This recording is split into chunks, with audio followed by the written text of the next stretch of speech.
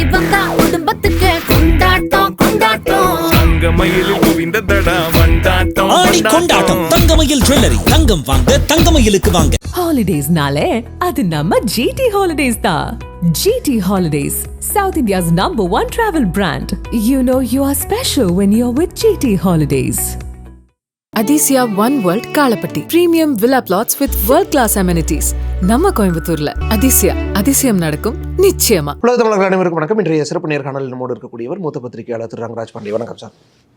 அதிமுக முன்னாள் அமைச்சர் பொன்னையன் அண்ணாமலை இனிமேல் அவர் ஒரு மதிப்புமிக்க ஒரு பாஜக தலைவர் இல்லை அப்படின்னு ஒரு வாதம் சொல்லியிருக்கிறார். இந்த கூட்டணி குழப்பங்கள், கூட்டணி ஆட்சியா இல்லையான்ற விஷயங்களில் பேசும் பொழுது இப்படி ஒரு கேள்வி. அமித்ஷா சொன்னதை முன்னிட்டு தானே அண்ணாமலை கூட்டணி ஆட்சி தாங்கிறதையும் வலியுறுத்துறாருன்னு சொல்லும்போது அவர் பேச்செல்லாம் பெருசாக எடுத்துக்க தேவையில்லை அப்படிங்கிற பொருளில் அவர் இப்படி சொல்லியிருக்கிறார். பொன்னையன் மதிப்புமிக்க தலைவரா? அவர் கட்சியில் என்ன ரோல் பிளே பண்ணுறாரு? அவர் சொன்னால் யார் ஓட்டு போடுவா? அவர் சொன்னால் யாருடைய ஓட்டு போகும்? ஏதாவது அன்வர் ராஜா அவர்கள் போயிட்டார். எத்தனை லட்சம் ஓட்டு போயிடுச்சு? யாராவது ஏடிஎம்கள் யாராவது கவலை தெரிவிச்சாது பார்த்தீங்களா? திரு அன்வர் ராஜா அப்படி செய்திருக்க வேண்டியது இல்லை, அவரை நாங்கள் மலை போல் நம்பினோம், இப்படி யாராவது ஏதாவது பேசி கவலைப்பட்டு ஏதாவது ஒன்று பார்த்தீங்களா?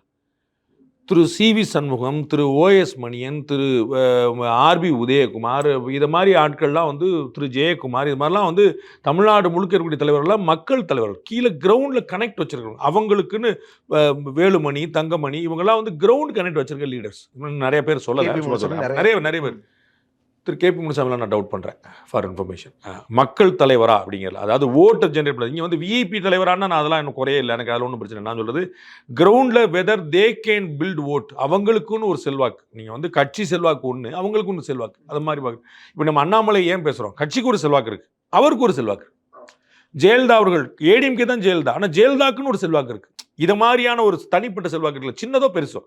அதில் திரு பொன்னையன் எங்கேயாவது வருவாரா? பொன்னையன் தமிழ்நாட்டில் ஒரு தொகுதியுடைய முடிவை மாற்ற முடியுமா? சொல்லுங்க. நான் போட்டிட்டேன்னு என்ன தெரியுமான்னு அவர் ஒரு தொகுதி 234 தொகுதியில் ஒரு தொகுதி சொல்லட்டும். அவர் என்னைக்கான தலைவர்? அவர்லாம் அப்படியே வணக்கம் நல்லா இருக்கலான்னு அப்படியே போடும். அவர் உட்காந்து பேட்டி கொடுக்குற நினைவு நல்லா இருக்குது, உடம்பு நல்லா இருக்குது, அதை வச்சுட்டு பேட்டி கொடுத்துட்டு இருக்கிறார். அவர் சொன்ன விஷயத்தை கேட்கறதுக்கு யார் இருக்கா சொல்லு சார். அதிமுகவினுடைய முக்கிய தலைவரில் அதை தான் சொல்லிட்டேன். நேர நீங்கள் மதிப்பு மிக்க தலைவர்கள் அப்படின்னு சொல்லி போட்டு நீங்கள் போட்டு வச்சுக்க வேண்டியதான். வேற எதுக்குமே கிடையாது. அவருக்கு என்ன வேல்யூ இருக்குன்னு நினைக்கிறீங்க? கட்சிக்குள்ள என்ன வேல்யூ இருக்குன்னு நினைக்கிறீங்க? வேற இடத்துல வேற எங்க வேலை தொகுதி நீங்க சொல்லுங்க, அவரை விட்டுருங்க. தமிழ்நாட்டில் ஒரு தொகுதி சார், நீங்க என்ன சார் இப்படி சொல்லிட்டீங்க? பொன்னையெல்லாம் என்னன்னா குளித்தலை தொகுதி ரிசல்ட்டே மாறி சார்னு ஒரு தொகுதி சொல்லுங்க. இல்லை சார், எம்ஜிஆர் காலத்து அவ்வளோதான். அது பழைய டப்பா நல்லா வாசம் இருக்கும், அது நல்லா மோந்து பார்த்துக்குங்க, அதெல்லாம் தப்பே கிடையாது. அவர் சொன்ன விஷயம் சார், அது எப்படி வரும்? அவர் பாருங்க, அதாவது திரு பொன்னையன் தன்னுடைய பிரைட் லைஃப் எல்லாம் முடித்தவர். அவர் அந்த உச்சத்தெல்லாம் பார்த்து முடித்தவர். திரு அண்ணாமலை இன்னும் போக வேண்டிய உயரமே நிறைய இருக்கு. இவர் வளர்ற தலைவர், அவர் வளர்ச்சியை முடிச்சிட்ட தலைவர். இல்லை சார், அவர் சொல்ற அந்த வாதம் அதான் சொன்னீங்க. வளர தலைவர்னா என்ன அர்த்தம்? அவருக்கு இன்னும் நிறைய போக வேண்டிய உயரம் இருக்குன்ற நான். ஆனா இப்போ அவரு பாஜக ஒரு பெரிய ரோல் பண்றாரா? ஏன்னா பாஜகவுடைய கூட்டங்களோ, பாஜக என்ன ரோல் பிளே பண்ண சொல்லுதோ அந்த ரோலை பிளே பண்ணுவார். அதை அவர் பல முறை சொல்லியிருக்காரு. திருப்பி நான் சொல்றேன், அங்க ஒண்ணுமே கிடையாது. கட்சி நிகழ்ச்சிகள்ல பெருசா பங்கேற்கிறது இல்லை. இப்ப அவர் எந்த நிகழ்ச்சியில பங்கேற்கணுமோ அது பங்கேற்பார். தமிழிசை எந்த நிகழ்ச்சியில பங்கேற்றாங்க? கட்சி நிகழ்ச்சியில. நீங்க சொல்லணும். பொன் ராதாகிருஷ்ணன் எந்த நிகழ்ச்சியில? கட்சி நிகழ்ச்சியில பங்கேற்றார். கட்சி நிகழ்ச்சி நடத்தும் போது பங்கேற்பாங்க. இன்னும் டெய்லி 2 மீட்டிங் நடக்கிற மாதிரி ஒரு மீட்டிங்ல அவரை காணுமே சொல்ற மாதிரி கேட்டுருக்கீங்க. ஒவ்வொருத்தரும் ஒரு நிகழ்ச்சியில் இருப்பாங்க, ஒவ்வொரு நிகழ்ச்சியில் இருக்க மாட்டாங்க. எல்லா நிகழ்ச்சியிலும் ஒரே ஒருத்தர் இருக்கணுங்கிற அவசியம் இல்லை. ஒருத்தர் ஒரு நிகழ்ச்சியில் இல்லைங்கிறனால அவர் மொத்தமாக கட்சியிலேருந்தே காலிங்கிறது பைத்தியக்காரத்தனம்.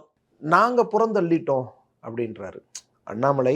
திரு எடப்பாடி பழனிசாமி, நாங்கள் தலையிடுவதில்லை, எங்களுடைய கட்சியில யாரையும் தலையிட அனுமதிப்பதில்லை, அடுத்த தலைவர் நாங்கள் அவர் எடப்பாடி பழனிசாமி ஓன் ஸ்டேட்மெண்ட் சொல்றேன். ஏங்க, அவரை நீக்குங்க சேருங்கன்னு சொல்ற இடத்துலங்க நாங்கள் இருக்கோம், நாங்கள் அப்படிலாம் செய்வோமா? அது அவங்க கேட்பாங்களாங்க அப்படின்னு. இது ஒரு அண்டர்ஸ்டாண்டிங்ல ஒரு ஸ்மூத் செயிலிங்காக நடந்த விஷயம். அந்த நேரத்திலேயே சார் ஒரு வாதம் ஒன்று சொல்லிட்டு இருந்தாங்க. அண்ணாமலையை பாஜக தலைவர்ல நீக்கிட்டு நைனா ராக்கிட்டு தான் இவங்க கூட்டணியே உறுதி செய்யறாங்க. அது பாஜகவுடைய கன்வீனியன்ஸா இருக்கலாம். பொன்னையன் பேசுறது அது உறுதிப்படுத்துது. பொன்னையன் பேசுறதை விட்டுருங்க. இவ்வளவுதான் என்னுடைய பாயிண்ட். நீங்க எவ்வளவு கேட்டாலும் பொன்னையன் அவர்களுக்கு என்ன சே இருக்கு? நீங்க பேட்டி கேட்கறீங்கிறது என்ன இருக்குன்னு நான் கேட்கிறேன். தினமும் டிவி விவாதங்கள் கலந்துக்கிறாங்கல்ல, அவங்க ஏடிஎம்கே எப்படி செய்ய போகுது, டிஎம்கே எல்லாம் சொல்லிட்டு இருக்காங்க. அவர்களுக்கும் அந்த கட்சிக்கு என்ன சம்பந்தம்ன்ற அந்த கட்சி நான் சொல்றப்ப நான் ஒரு சொல்லுங்க. ஏடிஎம்கே வந்து தன்னுடைய மாநில தலைவரா அண்ணாமலையை சேர்க்க போகுது அப்படின்னு நான் சொல்றேன். ஏடிஎம்கே தன்னுடைய மாநில தலைவர் அண்ணாமலை ஆக்க போகுதுன்னு சொல்றேன். அதுக்கு ஏதாவது ஒரு வெயிட் இருக்கா? நான் பிஜேபி காரணம் கிடையாது, ஏடிஎம்கே காரணம் கிடையாது, ரெண்டுல எந்த பொறுப்புலையும் கிடையாது. இவ்வளவுதான் இவர்கள் பேசக்கூடிய தத்துவம்னா சொல்லுவார். அவர்கள் எந்த வெயிட்டேஜும் கிடையாது. டிவியில் விவாதம் பண்ணக்கூடியவங்க யாரா கட்சிக்காரங்க இருக்கிறாங்களா? கட்சிக்காரங்களாவே இருந்தாலும் ஏதாவது நிர்வாகிகளா இருக்கிறாங்களா? யாரோ 4 பேர் எழுத்தாளர், பத்திரிகையாளர், சமூக ஆர்வலர், அரசியல் விமர்சகர் என்னத்தையோ போட்டு வச்சுக்கிட்டு அவங்க தான் சொல்றாங்க அதாவது இதை அதை நம்ம நம்பிக்கிட்டு இருக்கோம்னு நினைச்சிருது.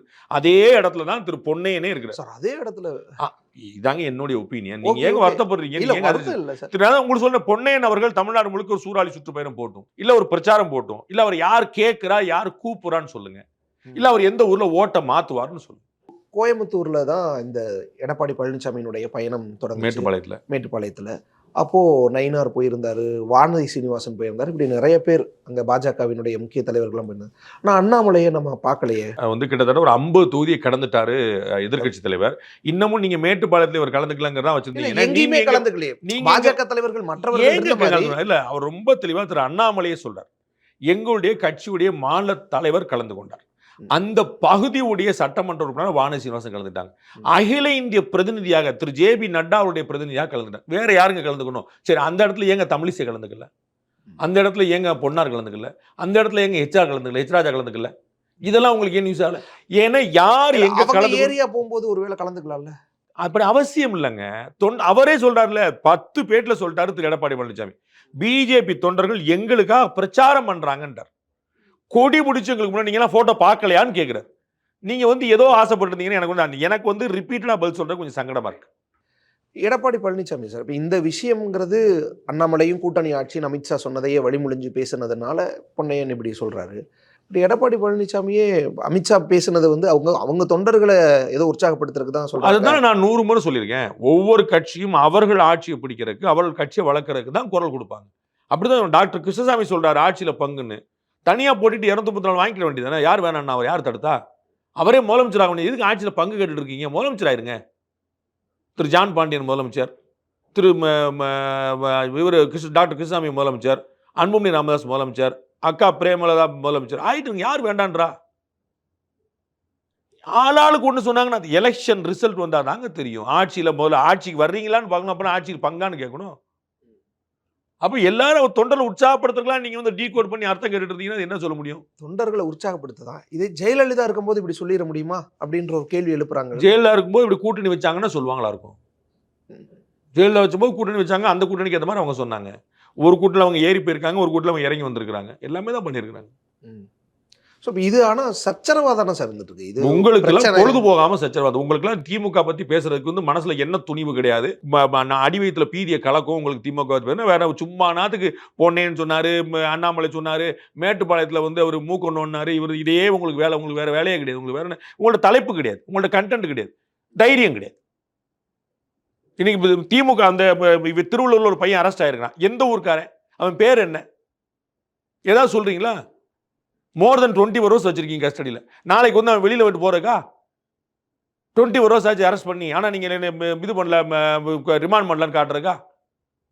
அப்புறம் இவங்க சொல்லுவாங்க, இல்லை நாங்கள் ரிமாண்டே பண்ணலை, நாங்கள் வந்து அரெஸ்டே காட்டல, என்கொயரி தான் பண்ணுவோம். என்ன ஒரு ப்ரொசீஜராக நடக்குதா? பேச வேண்டிய விஷயங்கள் எவ்வளோ நடக்குது? போலீஸுக்காரரை அடிச்சு நோக்கி விட்டாங்க, சப் இன்ஸ்பெக்டர் அடிச்சு விட்டாங்க. மணல் திருடுவர்கள் இப்போ முந்தானேத்து மணல் திருடுவங்க லாரி ஏற்றி கொல்ல பார்த்துறாங்க. எவ்வளோ மேட்டர் கண்டென்ட் இன்னைக்கு ஓடிக்கிட்டு இருக்கு. திரும்ப திரும்ப திரும்ப அண்ணாமலை என்ன ஆவாரான? அண்ணாமலை ஓஹோன்னு இருப்பார். நீங்க ஏன் கொல்லப்படுறீங்க? உங்களுக்கு அக்கறை அவருக்கு தெரியாதா? எங்களுக்கு தெரியாதா? பிஜேபிக்கு இல்லாத அக்கறை தான் உங்களுக்கு வந்துருச்சா? நீங்க தான் அண்ணாமலை கண்டுபிடிச்சு கொடுத்தீங்களா? அண்ணாமலை இருக்கும் போது மண்ணை வாரி தூத்துனீங்க. அன்னைக்கு ஒண்டியா முட்டு கொடுத்துட்டு சண்டைக்கு வந்தீங்க. இன்னைக்கு அவர் வந்து அடுத்த வேலையை பார்த்துட்டு இருக்காரு. ஓ அண்ணாமலை என்னாச்சு தலைவா, அண்ணாமலை என்னாச்சு? படக்குன்னு அண்ணாமலை வந்து ஓட்டு போட்ட போறீங்க பிஜேபிக்கு. ஏடிஎம்கே பத்தி தான் பேச முடியும், பிஜேபி தான் பேச முடியும். தலைவா காப்பாத்தி விடுங்க, டிஎம்கே பத்தி பேசினா சண்டைக்கு வருவாங்கன்னு சொல்லிருங்க. அப்படி இல்ல சார், பேசுங்க. இல்லாட்டி அரசியல் ரீதியான என்னைக்கும் அரசியல் நீங்க பேசிருக்கீங்க. நான் திமுக பத்தி பேச சொன்னேன், உங்களுக்கு சொன்னேன், இன்னும் 10 சொல்லவா உங்களுக்கு? பிரச்சனைகள் பேசல சார். அரசியல் பேசும்போது அரசியலே தாங்க பேசுறேன். பேசன்முகம் என்ன சொன்னாரு? இந்திய கம்யூனிஸ்ட் கட்சி என்ன சொல்லியிருக்கு? ராகுல் காந்தி என்ன சொல்லிருக்காரு, ஆர்எஸ்எஸும் கம்யூனிஸ்ட் ஒண்ணுன்னு இருக்காரு. கேரளால பேசியிருக்காரு சார். யாரங்க பேசியிருக்காரு? கம்யூனிஸ்ட் தமிழ்நாட்டில் இல்லையா? கேரளால பேசியிருந்தாருன்னா ஆர்எஸ்எஸ் எந்த ஊர்ல இருக்கு சார்? ஆர்எஸ்எஸ் எந்த ஊர்ல இருக்கு? இந்தியா முழுக்க இருக்கு. கம்யூனிஸ்ட் எந்த ஊர்ல இருக்கு? இந்தியா முழுக்க இருக்கு. அவங்க யாரு? கூட்டணி கட்சி. அப்ப பாசிசம்னு சொல்லுகிற ஆர்எஸ்எஸும் மார்க்சிஸ்ட் கம்யூனிஸ்ட் ஒன்று என்று சொன்னால் அதை ஏன் பேச மாட்டீங்க? சரி, அதுக்கு சண்முகம் கவுண்டர் கொடுக்குறாரு, உங்களுக்கு அரசியல் தெரியாது, வரலாறு தெரியாதுன்றார். அப்ப காங்கிரஸ் கட்சி தலைவரை திட்டாரு, செல்வ பிறந்த பதில் சொன்னாரா? பதில் சொல்றாரா? எங்களுக்கு இவ்வளவு சீட் வந்து சண்டைக்கு போறாங்களே, டிஎம்கே யாரா பதில் சொல்றாங்களா? திமுக பலவீனப்பட்டு கிடக்குன்னு திருமாவளவன் சொல்றார். அதிமுக திமுக ரெண்டுக்கு திராவிட கட்சி பலவீனப்பட்டு கிடக்குன்னா கூட்டணி கட்சியில நம்பி இருக்க வேண்டிய இடத்துல இருக்குன்னு சொல்றாரு. திமுக யார்? ஆர்எஸ் பாரதி என்ன யாரை பார்த்துட்டு பலவீனமா இருக்குன்னு சொன்ன கேட்டாரா? அதெல்லாம் உங்களுக்கு கூட்டணி சச்சரவாவே தெரியாது. பொன்னேன்னு சொன்னாரு புடிச்சு ஓடி வரீங்க நீங்க. இல்ல சார், பொதுவா தானே சார் கேக்குறேன். இந்த கூட்டணி பிரச்சனை அங்க சொன்னேன் உங்களுக்கு. திரு வைகோ வந்து நேரடியா டிஎம்கே குற்றம் சாட்டார். மல்லை சத்யா திமுகவுக்கு மாத்தியா மாதிரி வேலை பார்த்தாரு, திமுக ஆதரவா வேலை பார்த்தாரு. திமுக ஆதரவா வேலை பார்த்தா திமுக சொல்லணும்ல. திமுக கூட்டணியிலே தான் நாங்க இருப்போம், ஜெயிக்க வைப்போம்னு சார் சேர்த்து சொல்றாரு. அப்படிதானங்க எல்லாரும் சொல்றாங்க. அண்ணாமலை என்ன சொன்னாரு? எங்க முதலமைச்சர் கேண்டீடேட் என்ன சொன்னாரு?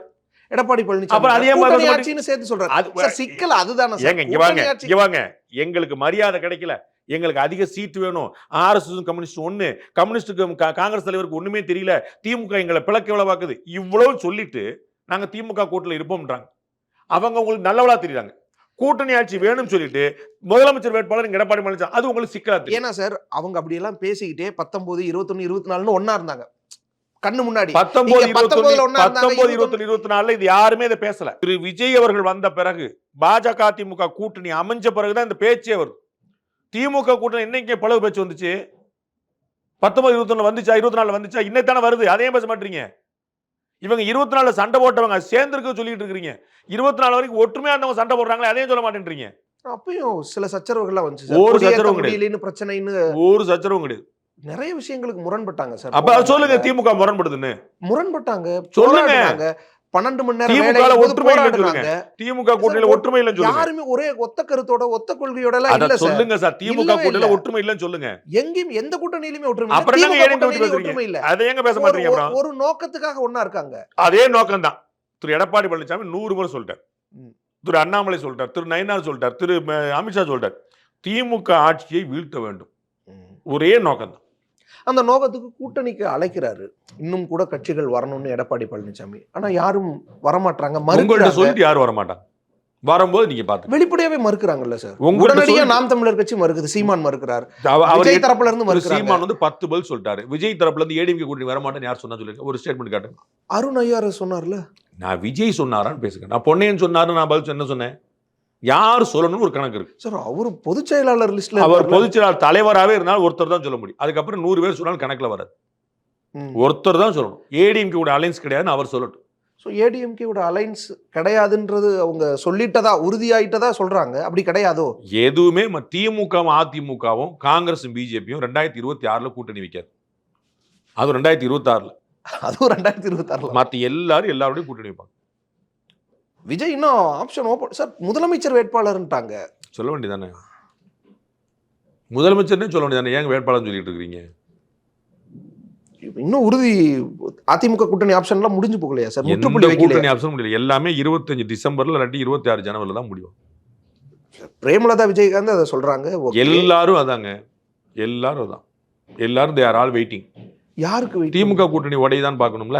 திமுக கூட்டணி உடையதா இல்லையான்னு பார்த்துட்டு அதுக்கேற்ற மாதிரி மாறுவாங்கல்ல. திமுக கூட்டணி உடைஞ்சா ஏடிஎம்கே கூட வர்றாங்களா, விஜய் கூட போறாங்களா, விஜய் இங்க வர்றாரா, விஜய் சீமான் சேர்றாரா, விஜய் ஏடிஎம்கே கூட வர்றாரா, டிஎம்கே அலைன்ஸ் உடையதா, உடஞ்சி எல்லாருமே விஜய் கூட போயிடுறாங்களா, உடஞ்சல பாதி ஏடிஎம் கூட வருதா, இன்னும் எவ்வளவு கேள்விகள் பதில் தெரியாம இருக்கு சார். இது ஒரு 3 மாசம் 4 மாசத்துக்கு முன்னாடி இந்த கால்குலேஷன்ஸ், இந்த குழப்பங்கள்லாம் இருந்துச்சு. டிசம்பர் ஜனவரி வரைக்கும் இதே விஷயம் இருக்கு. அது கால்குலேஷன்ஸ், ஈக்குவேஷன்ஸ், உங்களுக்கு என்ன வேணா வச்சுக்க.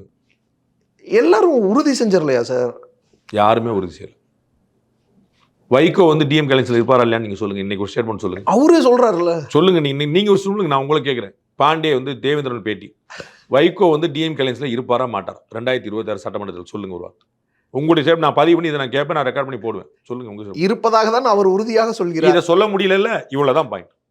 இப்படி நீங்க ஆமாங்க பெட்டு கட்டுறேன்னு சொல்லி சொல்ல முடியுது அவங்களால? இதைத்தான் நான் சொல்றேன், வேற ஒண்ணுமே இல்லை சார். ஆனா விஜய் என் தலைமையில தான் கூட்டணின்னு உங்க கட்சியில இதை தாங்க நான் உங்களுக்கு சொன்னேன்.